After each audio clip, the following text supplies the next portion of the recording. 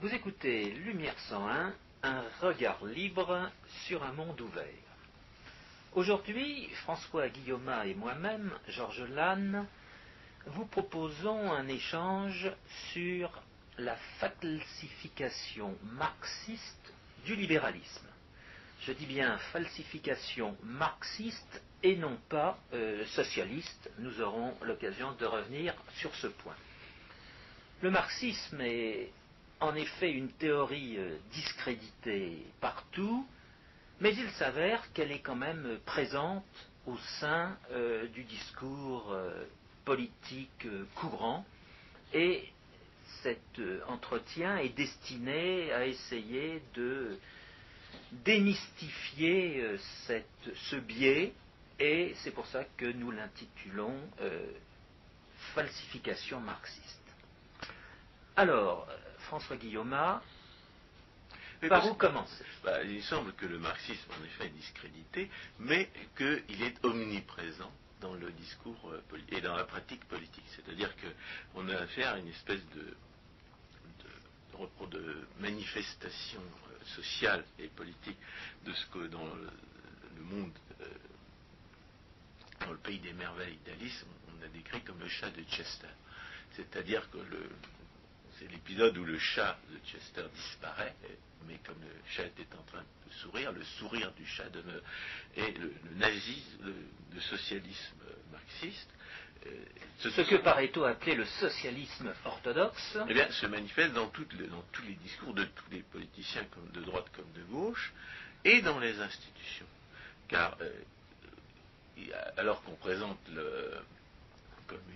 comme l'abomination de la désolation, le fait de nier les droits de l'homme lorsque cet homme n'a pas la bonne race, plutôt, quoi qu'en fait, en réalité,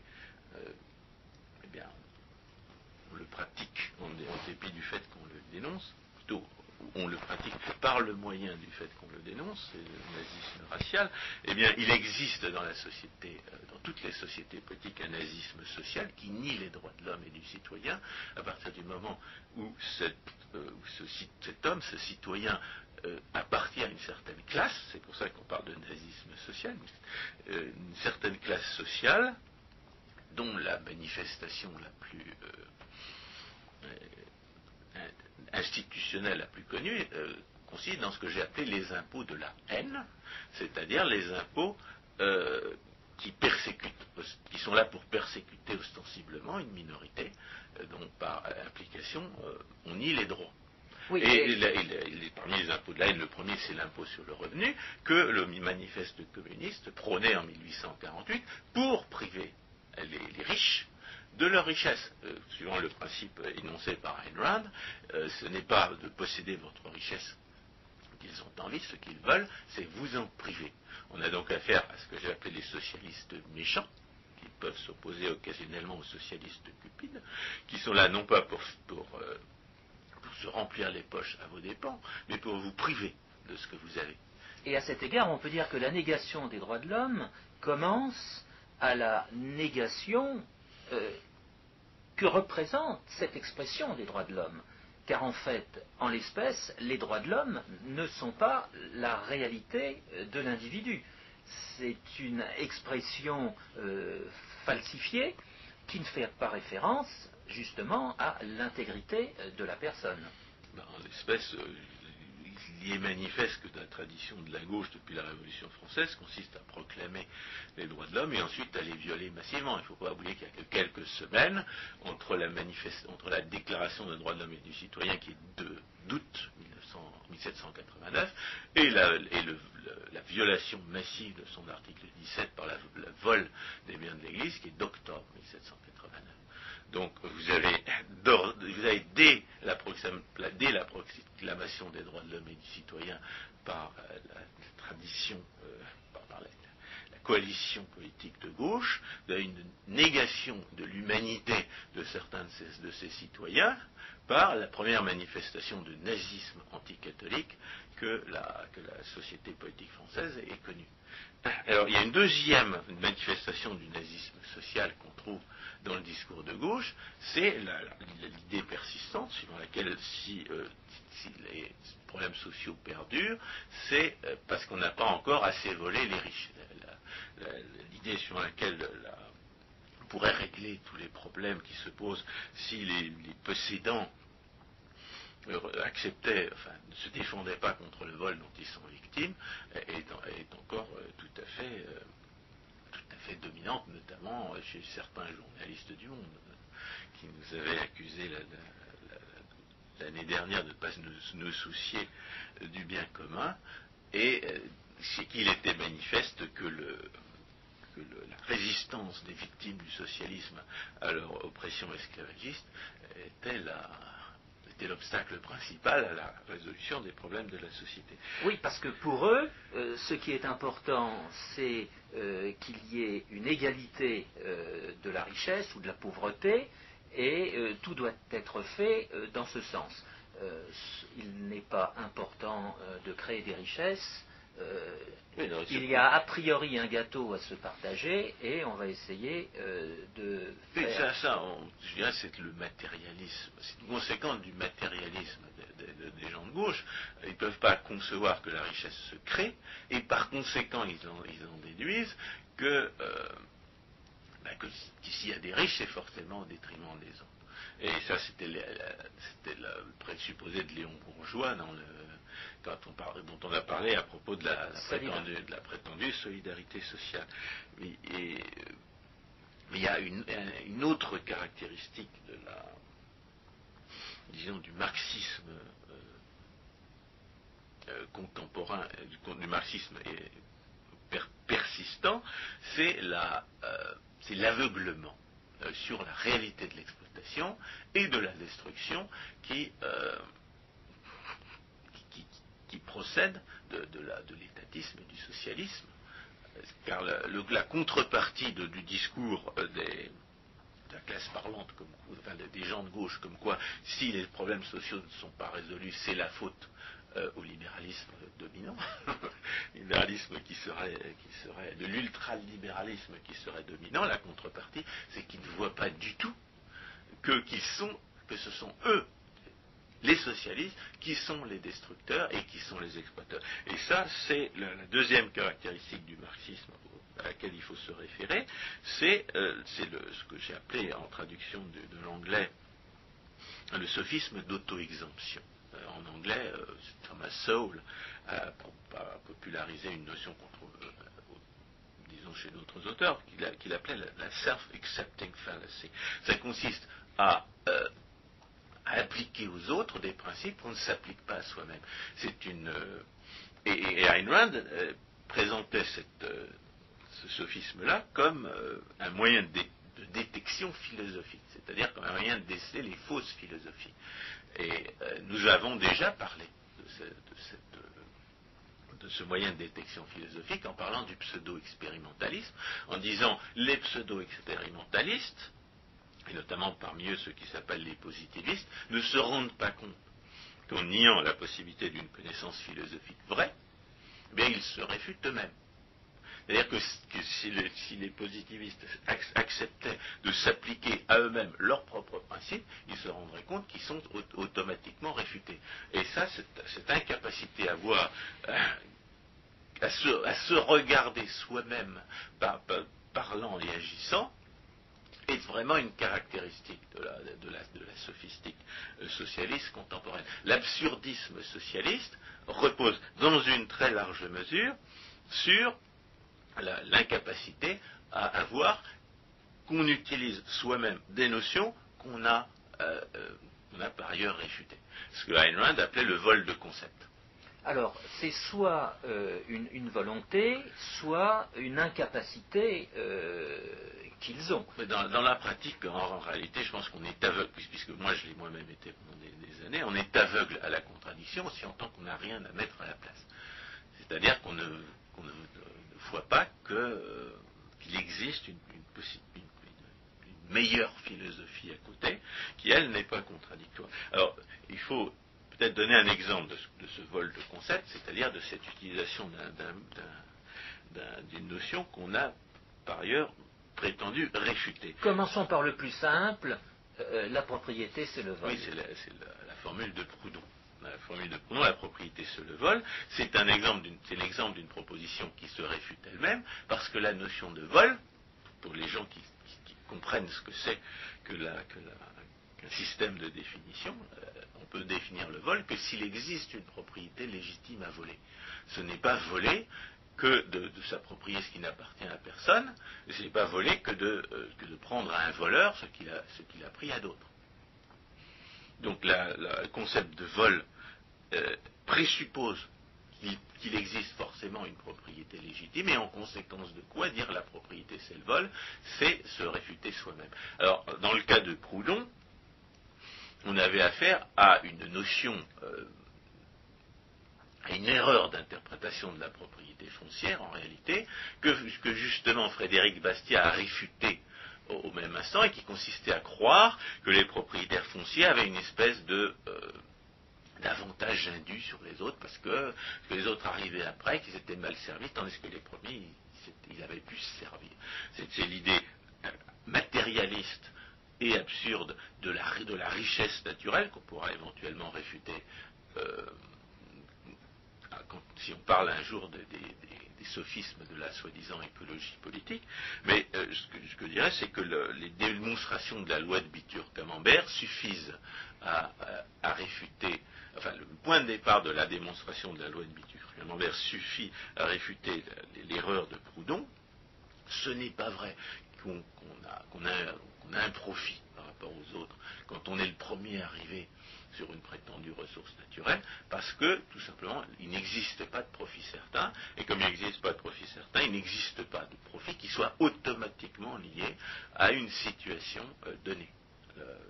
L'individu qui découvre une ressource, la compagnie pétrolière qui découvre du pétrole, elle a eu de la chance, mais c'est aussi donner les moyens de découvrir le pétrole. Et aussi longtemps qu'on ne savait pas que le gisement était là, aussi longtemps que, a fortiori, on ne savait pas à quoi pouvait servir le pétrole, et bien le pétrole économiquement n'existait pas, c'est le producteur qui l'a créé. Alors ce point a été parfaitement développé par Frédéric Bastiat, en particulier dans les harmonies économiques, où il s'en prend à un certain nombre d'économistes amis de son temps, qui ne cherchent pas justement à être clairs sur le sujet. Et cette question de l'anticoncept va de pair avec la théorie de la valeur. Comme vient de le dire François Fillon.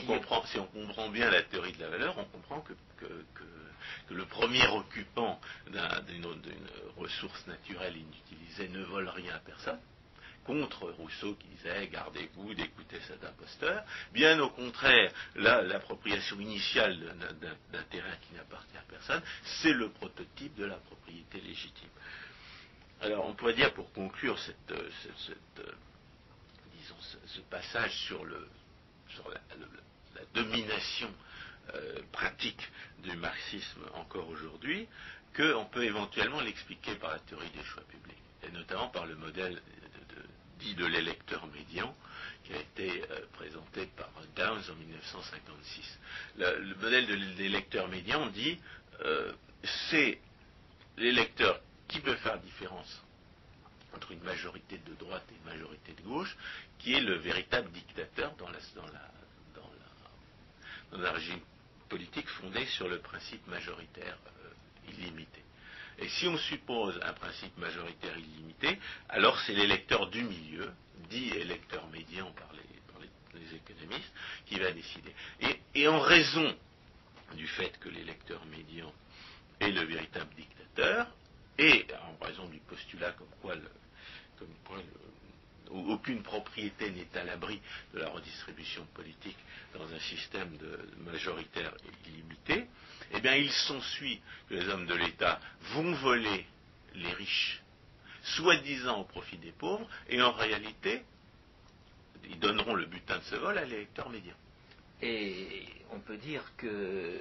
C'est pour ça que le nazisme social est fermement ancré dans nos institutions. Le nazisme social perdure parce que tout politicien qui veut se faire élire est obligé de faire du nazisme social. Bien plus, celui qui a familiarisé les Français avec cette théorie de l'électeur médian, c'est le président de la République, Giscard d'Estaing. La France ne peut pas gouverner au centre. Exactement, c'est exactement cela. Voilà. Et sa politique, selon lui, était destinée à favoriser les électeurs médians qui seraient au centre de l'éventail ou de la circonférence politique. Et on sait ce qu'il en est advenu. Alors, il faut comprendre quand même pourquoi le nazisme social paraît quand même, le rôle que le marxisme, la falsification marxiste joue dans la rationalisation de ce nazisme social. Le nazisme social consiste à nier les droits de l'homme et du citoyen si ce citoyen appartient à une certaine classe sociale. Eh bien, pour nier les droits des gens, bien vous niez leur humanité. C'est ce que faisaient les socialistes hitlériens quand ils niaient l'humanité des races inférieures. Et c'est ce que font les nazismes de l'âge, par exemple, quand ils nient l'humanité de l'embryon dans le sein de sa mère. Mais il y a une autre manière de nier les droits d'une classe sociale, c'est de présenter cette classe sociale comme intrinsèquement criminelle. Puisque le criminel abandonne ses droits à la mesure de ceux qu'il a violés. Si vous réussissez à faire passer votre victime pour un criminel, vous faites passer, vous, l'agresseur, pour un justicier. C'est-à-dire que vous inversez les rôles. Vous inversez les rôles, et en inversant les rôles, le marxisme a non seulement réussi à faire passer des gens parfaitement innocents pour des criminels afin de les exploiter, afin de les dépouiller, mais en plus, il aveugle l'opinion sur la réalité de l'exploitation, qui est et qui a toujours été celle des puissants, au détriment des faibles. Alors, le marxisme, il faut bien comprendre que dans les écrits de Marx, la falsification repose sur une ambiguïté. Et sur une ambiguïté qui est typique des anticoncepts de la gauche. L'ambiguïté, c'est la confusion entre les vrais exploiteurs, dont il nous donne toutes sortes d'exemples, exploitation féodale, servage, conquête, pillage, esclavagisme, et puis le capitalisme, auquel on impute une volonté et une volonté d'exploiter et une exploitation réelle, en dépit du fait que les actes capitalistes, il les a lui-même définis comme respectant et même défendant par principe la propriété privée. Or, ni l'esclavage, ni la piraterie, ni le servage, ni la féodalité, qui consiste à voler les terres que d'autres ont déjà mises en valeur, rien de tout cela ne respecte la propriété privée. En d'autres termes, les exemples que dans ses écrits, notamment dans le Capital, Marx donne de l'exploitation, ce sont des exemples d'exploitation réelle, et ce sont des exemples d'exploitation réelle qui créent véritablement un antagonisme entre les exploiteurs et les exploités. Mais il fait glisser insensiblement, sans de fournir une définition précise des classes qui sont censées s'opposer dans sa théorie, il fait glisser le raisonnement de cette exploitation réelle vers l'exploitation imaginaire que va représenter sa théorie de la plus-value. Et la théorie de la plus-value, il faut comprendre ce que c'est. C'est une accusation, c'est une tentative pour expliquer le revenu d'intérêt, c'est-à-dire l'argent que l'épargnant reçoit en échange de ses prêts. Et cette théorie cette explication du revenu d'intérêt repose paradoxalement sur la seule contribution authentique que Marx est réellement faite à la théorie économique, et qui est de réfuter l'interprétation qu'en faisait Aristote. Car Aristote, quand il disait pecunia pecuniam patere non potest, c'est-à-dire l'argent ne fait pas de petit. Pour dire que le paiement d'intérêt sur l'argent est contre nature, il présupposait que l'origine du revenu de la rentabilité des investissements, par exemple agricoles ou artisanaux, s'explique par la productivité du capital investi. Si ça me rapporte d'élever des moutons, c'est parce que les brebis font des agneaux. Et c'est parce que les brebis font des petits, pour reprendre l'expression même de la condamnation par Aristote, alors il s'ensuit qu'il est légitime que j'obtienne une rentabilité de mon élevage de vin, alors qu'il est contre nature que j'obtienne une rentabilité de mon prêt d'argent, puisque l'argent ne fait pas de petit. Alors l'erreur fondamentale d'Aristote, et c'est là qu'on peut vraiment voir que ce naturaliste n'avait pas condescendu à aller voir les changeurs et les usuriers pour leur demander comment ils faisaient leur travail, l'erreur manifeste pour quiconque connaît la théorie financière consiste à méconnaître le fait que les placements financiers sont en concurrence les uns avec les autres, et que si on peut obtenir une rentabilité réelle en élevant des moutons, alors il faut bien qu'on obtienne une rentabilité équivalente en prêtant de l'argent, parce que sinon personne ne prêterait de l'argent. Donc la simple concurrence sur le marché des fonds prêtables conduit à conclure que l'intérêt sur l'argent n'est pas contre nature, mais au contraire absolument nécessaire. Mais la contribution de Marx à la théorie économique, la seule qu'il ait jamais faite, ne consiste pas à établir, à rappeler ce que tout financier sait, à savoir qu'une tendance à l'égalisation des taux de rentabilité entre placements de même risque, mais à réfuter la thèse qui est fausse, comme quoi ce serait la productivité du capital qui expliquerait le revenu d'intérêt.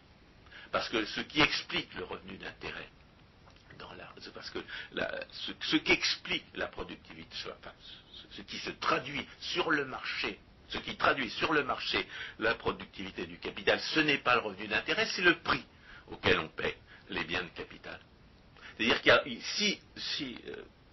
ce que Marx dit, c'est qu'il n'y a aucune raison, ce que Marx dit en substance, pour reprendre l'exemple d'Aristote, c'est qu'il n'y a aucune raison pour que vous ne payiez pas l'intégralité des petits agneaux que votre brebis va vous faire avec le prix de la brebis. Donc ce ne sont pas les petits agneaux que votre brebis va vous faire qui peut expliquer la rentabilité de la brebis.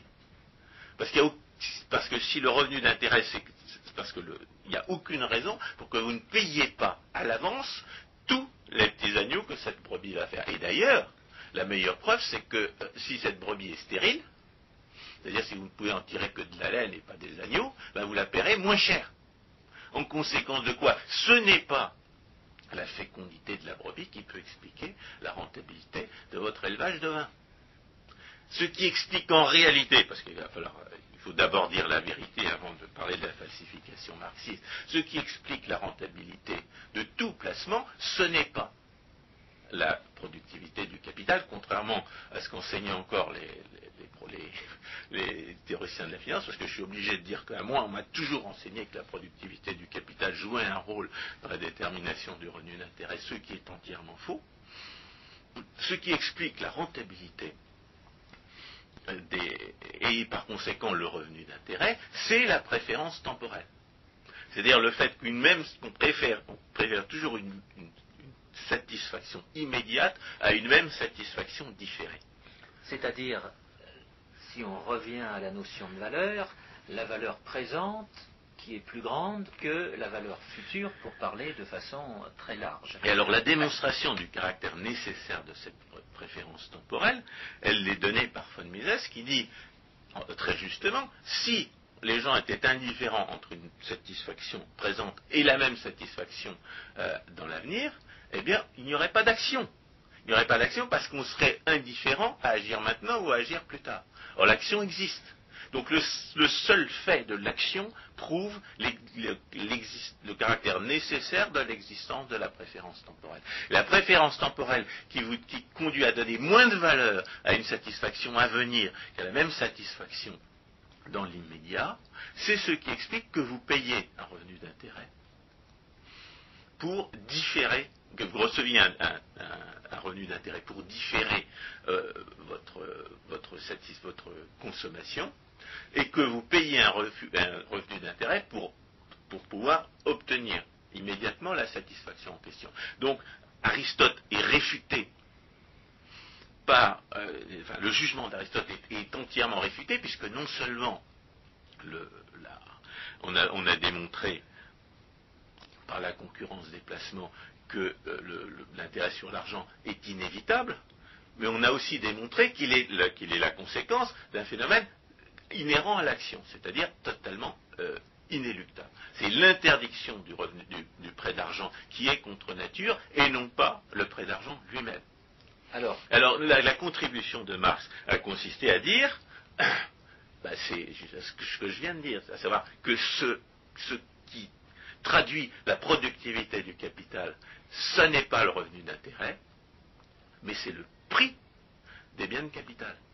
Et par conséquent, Marx affirmait à juste titre que la productivité n'expliquait pas le revenu d'intérêt, et il a avancé à la place de cette théorie fausse, et de la théorie vraie que je viens de présenter, sa théorie de la plus-value, qui consiste à dire que les capitalistes forment un cartel pour exploiter les prolétaires, et que c'est la formation de ce cartel qui leur permet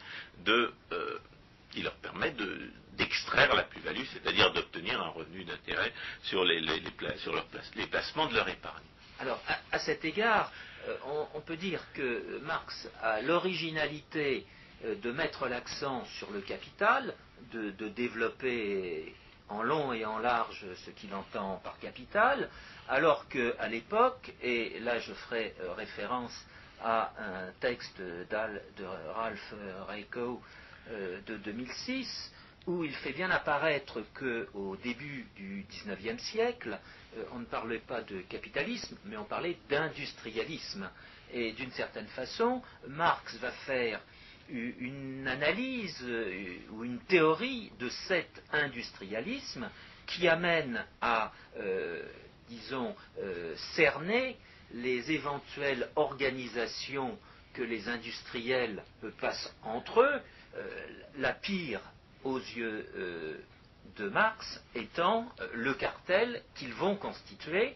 Sur la base de quoi? Eh bien, sur la base de leur propriété du capital. Alors, ce qu'on peut dire, c'est que,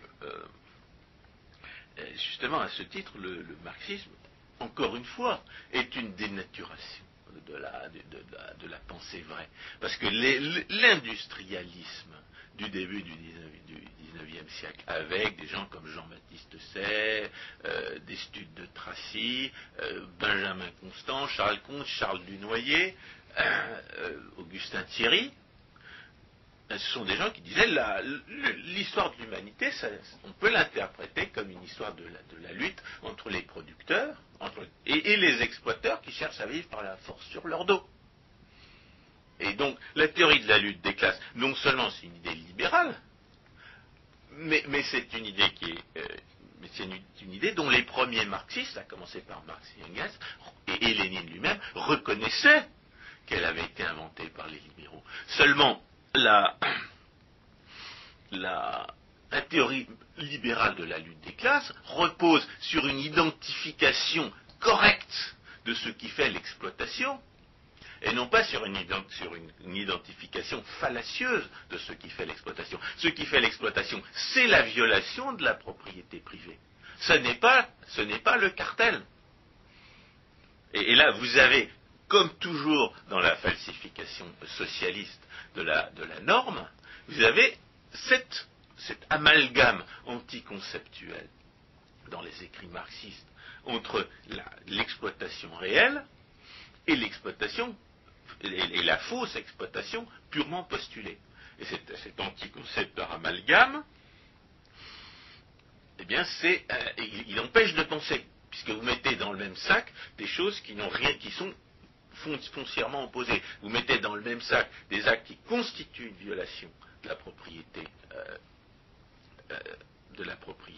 naturelle, et par conséquent des principes du capitalisme tels que Marx lui-même l'avait défini, et puis de l'autre, une prétendue exploitation qui se ferait en dépit du fait qu'on a respecté les principes de non-agression qui sont ceux du capitalisme tels que Marx lui-même l'avait défini. Donc dans cet anti-concept par amalgame qui s'accroche à une réalité vraie d'exploitation, mais pour faire passer une falsification de la norme sous prétexte que représente la théorie de la plus-value par formation d'un cartel, c'est ce que Guy Larderet appelait un mot virus. Pourquoi est-ce qu'il appelait ça un mot virus? Parce que l'interprétation raisonnable de la doctrine marxiste de l'exploitation, c'est l'antigène qui va permettre à la fausse théorie d'entrer dans la cellule de la norme politique. Alors, rappelons que les libéraux envisagent la lutte de classe à l'égard des hommes de l'État. Oui, ils disent ce sont les puissants qui sont les exploiteurs et ce sont les producteurs qui sont les exploités. Parce que la richesse, elle est produite par les producteurs et elle est leur propriété naturelle. Si vous avez produit quelque chose, vous en êtes le possesseur naturel et vous en êtes le propriétaire légitime. Ce que Marx va transformer en disant que ce sont les producteurs qui exploitent. Ben non, il va dire ce sont les capitalistes qui exploitent les prolétaires, c'est-à-dire qu'il va inventer une fausse opposition d'intérêt. Alors en réalité, elle ne se manifeste que dans le cadre du contrat d'embauche, et dans ses limites, et dans les limites de l'intérêt mutuel qu'il y a à travailler l'un pour l'autre. Il va inventer une fausse opposition intrinsèque d'intérêt entre le capitaliste et le prolétaire, alors qu'en réalité, ils ont bien plus d'intérêts communs qu'ils n'ont d'intérêts antagonistes. Mais il va prendre prétexte de la notion d'exploitation sous la fausse manifestation de sa fausse théorie de la plus-value, pour prétendre que les relations entre l'employeur et l'employé seraient de même nature qu'entre le seigneur féodal et le serf. Or, le serf, par définition, ne pouvait pas quitter son seigneur, tandis que le travailleur, lui, il a le choix de son employeur, sauf dans les régimes politiques qui lui mesurent et qui lui interdisent de travailler sauf à certaines conditions et qui rançonnent le fruit de son travail. Il faut quand même préciser que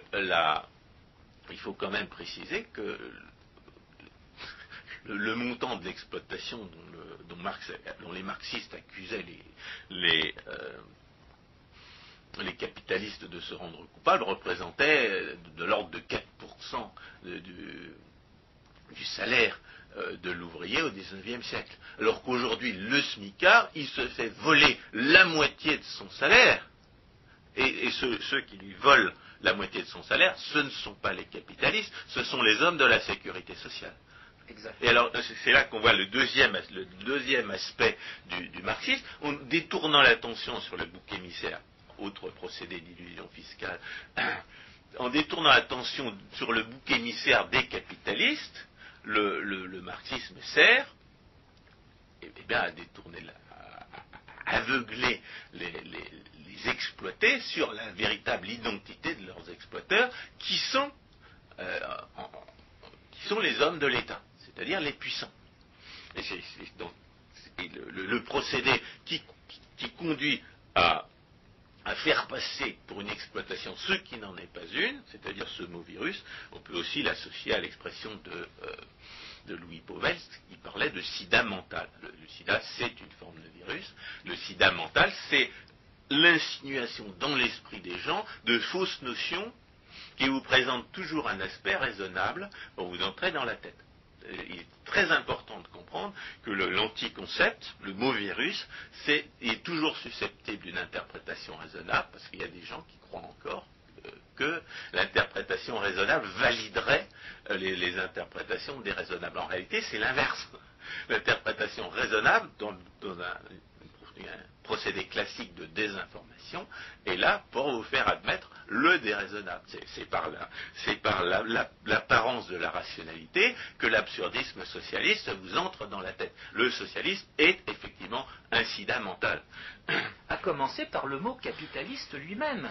Il s'agit, nous sommes au XIXe siècle, Pareto fera par exemple le reproche aux économistes anglais, les manchestériens, ceux qui sont considérés en Angleterre à l'époque comme les pires libéraux, eh bien de confondre l'actionnaire d'une société de capital et les managers. Il dira, en France, les théoriciens français font parfaitement la distinction. Eh bien, oui, c'est la fameuse théorie de la nouvelle classe qui s'est développée au milieu du XXe siècle. C'est-à-dire les gestionnaires d'entreprise qui réussiraient à confisquer le pouvoir aux actionnaires. Ce qui ne peut se produire que si le marché financier est réglementé. Exact. C'est-à-dire s'il n'y a pas de concurrence sur le marché des gestionnaires d'entreprise. Et nous avons un exemple type de ce que nous avons parlé à propos des forces du désordre, c'est-à-dire d'un pouvoir politique qui se cache derrière un pouvoir économique. C'est-à-dire lorsque les gestionnaires d'entreprise abusent des biens sociaux qui leur sont confiés, c'est parce qu'il n'y a pas assez de concurrence sur les marchés financiers. Et s'il n'y a pas assez de concurrence sur les marchés financiers, c'est parce que la réglementation empêche cette concurrence. Il est très important dans toute cette affaire de distinguer le pouvoir politique du pouvoir économique, parce que le plus souvent, c'est le procédé d'illusion fiscale que j'ai appelé la violence cachée, le pouvoir politique se cache derrière un pouvoir économique. À propos des exploiteurs syndicalistes, inversion typique des rôles dans le discours de Gaulle. Les syndicalistes sont bel et bien des exploiteurs, et on a démontré que la violence qui permettait aux syndicalistes de nous opprimer, c'était, en dernière analyse, la violence policière qui imposait les monopoles et l'impôt subvention, qui leur permet précisément d'échapper aux conséquences de leurs actes. Et dans la falsification marxiste, eh bien vous avez constamment une confusion entre le pouvoir politique et le pouvoir économique, alors que la distinction est absolument nécessaire. Pourquoi ? Parce qu'il faut reprendre la formule d'Anthony de Jazet qui dit, qui explique qu'il est une distinction entre les riches et les puissants n'est pas forcément durable, parce que rien n'est plus facile aux riches que d'acheter les armes, et aux puissants de voler l'argent. Donc les riches peuvent acheter les armes et voler l'argent avec ces armes, et puis les puissants, ils ont directement les armes qui leur permettent de voler l'argent. Ce qui fait que les riches peuvent devenir puissants, et que les puissants peuvent s'enrichir. Mais là où réside la falsification marxiste, c'est dans le fait de ne pas voir qu'il n'est en aucune manière automatique que les riches deviennent puissants, ni que les puissants deviennent riches. Bien au contraire, la démonstration que nous avons faite de la loi de Bitur-Camembert, et qui part du principe qu'il n'y a pas de profit certain, c'est-à-dire qu'aucun acte on peut définir aucun acte, aucun type d'acte comme engendrant en lui-même un profit quelconque, eh bien démontre que le riche en tant que tel n'a pas forcément intérêt à devenir puissant. C'est ce que croyait par exemple Bill Gates avant de voir que sous prétexte d'antitrust on pouvait le dépouiller. Et même face à la violence de l'antitrust, Microsoft a choisi de se coucher. C'est-à-dire qu'il n'est même pas c'est même pas une certitude que face à une violence prédatrice, un producteur choisisse de défendre ses droits plutôt que de les abandonner à son voleur. Et de même, le puissant peut très bien choisir de ne pas s'enrichir par la violence en volant les autres, par définition en volant les autres. Le puissant peut très bien décider de passer sa vie à défendre les faibles contre ceux qui voudraient les dépouiller. Le puissant peut très bien choisir de vivre honnêtement et de ne faire violence qu'aux prédateurs, qu'à ceux qui sont éventuellement puissants, mais peut-être moins que lui, et qui cherchent à dépouiller les producteurs. Donc il n'est en aucune manière automatique que le riche devienne puissant, ni que le puissant devienne riche. Et la falsification marxiste consiste à dire que les riches sont automatiquement puissants et automatiquement exploiteurs. Et à partir de cette théorie de la plus-value qui est entièrement fausse, pourquoi? Eh bien parce que le cartel non seulement n'a aucune existence, non seulement parce qu'on a une explication alternative du revenu d'intérêt qui, elle, est beaucoup plus solide, mais qu'en plus le cartel dont parlait Marx, on ne l'a jamais observé, pas plus que de beurre en broche. On n'a jamais historiquement observé le prétendu cartel par lequel les capitalistes étaient censés exploiter les prolétaires.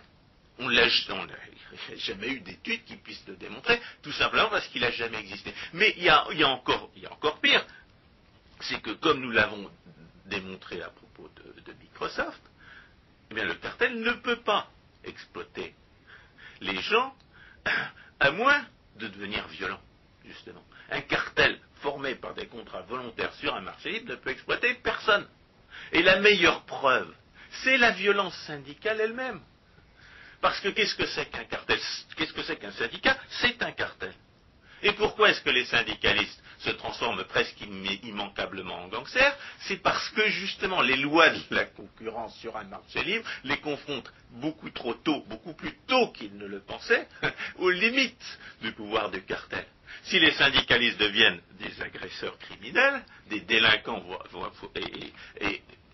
soit par leur propre violence, soit par la violence policière, c'est justement parce que le cartel ne peut pas exploiter les autres. Il est absurde d'affirmer qu'un cartel puisse exploiter qui que ce soit.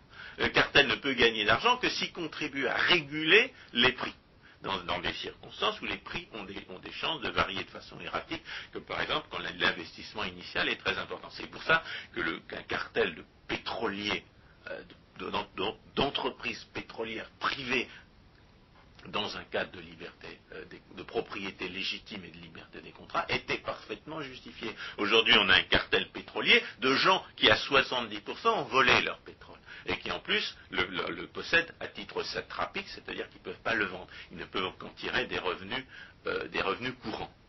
C'est-à-dire transformer la richesse, la valeur à venir de leur gisement en avantage personnel immédiat. C'est pour ça que le cartel pétrolier aujourd'hui ne régule pas les prix, parce qu'il est fait par des voleurs. Et vous avez typiquement dans le cartel pétrolier actuel cette illusion fiscale de la violence cachée, qui donne l'impression qu'un cartel est automatiquement exploiteur, alors qu'en réalité, si ce cartel-là est effectivement exploiteur, et s'il contribue à l'encontre de la raison d'être d'un cartel normal à faire varier les prix de façon erratique, c'est justement parce qu'il est un cartel de voleurs à 70%. Donc il est très important de n'être pas dupe de cette illusion fiscale de la violence cachée, de même que ce sont les policiers qui permettent aux syndicalistes d'exploiter les Français, de même c'est le vol du pétrole par la prétendue nationalisation qui permet au cartel de l'OPEP de voler les consommateurs. Et il y a un type d'économie qu'on peut évoquer, qui est l'économie mixte, qui est très chère aux dirigeants politiques français, et qui, à sa façon, essaie d'allier les riches et les puissants. L'économie mixte reposant sur des entreprises d'État qui vont être dirigées par d'anciens élèves de l'ENA, quand ces mêmes élèves n'auront pas emprunté la voie de la carrière politique. Et à côté de ces entreprises publiques, eh bien, vous aurez des entreprises dites en concurrence qui, là, seront dirigées, le cas échéant, par de managers, de vrais chefs d'entreprise. Oui, c'est là que la falsification marxiste se manifeste de nouveau. Parce que ces gens-là, ces capitalistes, sont des traîtres au capitalisme. Non seulement ceux qui réclament des privilèges, mais comme Microsoft, les gens qui se couchent devant la prédation. Le capitalisme peut très bien trahir le capitalisme. C'est pour ça qu'il est absurde de faire comme le font les marxistes, et de s'imaginer que parce que vous êtes capitaliste, vous auriez un intérêt automatique à faire ceci ou cela. En réalité, un très grand nombre de capitalistes trahissent le capitalisme, et quelquefois sans en avoir seulement conscience. Le capitalisme, ce n'est pas le pouvoir des capitalistes. Le capitalisme, c'est, comme Marx l'avait défini, le respect de la propriété privée. Et à ce titre, il faut souligner, peut-être pour conclure, à quel point le socialisme, et notamment le socialisme marxiste, est lui-même affligé d'une fausse conscience. Non seulement parce qu'il se trompe complètement sur la causalité sociale, non seulement parce qu'il